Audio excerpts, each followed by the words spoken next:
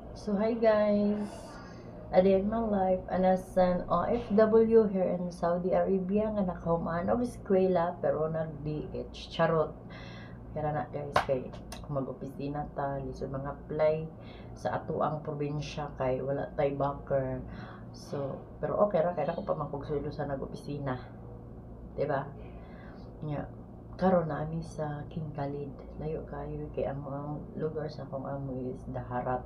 So nagbiyahe may kagabi is 2 hours, hindi ka na so naabot may alas 10 man ata to.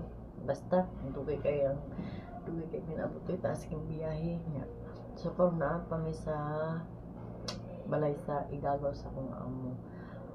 Ako ay kailang balay. Taman third floor niya na sila katabang nga Indonesian.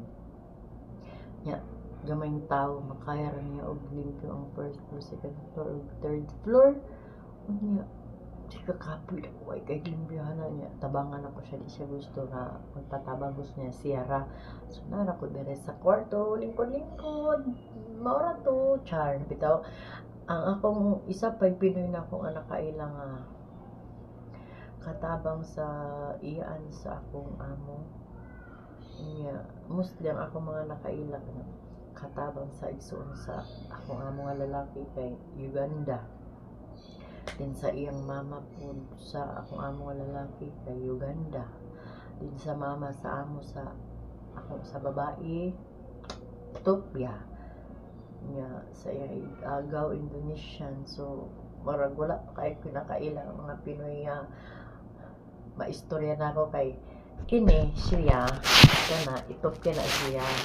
Kini magkasinabot ay di pud ka ba di pud makasabot mag-English mo ano hindi ko ganan sa makig-istorya kay ha magsikulay na anak kapoy makig-istorya na di pud siya kasabot mag yun mag una ay ang inistoryahan oromo something like that I don't know ay may makasinabot ani niya mahal na siya sa Ethiopia pinakasinabot sahay magsingkahan ng nako na yan nga po kasabot sagda lang nako di mo ko ganan mag-istorya sa iya di mo kasinabot di mo ganan sa iya nya karon kay susod sa na pud kami oras mahuli ni kadlaw na pud siguro no mga alas 2 sa kadlaw kapoy sa unya gabi kay magtapok naman po ni sila murag tradisyon na siguro nila ng mga kada-Bernis inana na ilahan sa nasa mo adto sa nasa kuan antana di maabdan kadlaw kay kung alas 2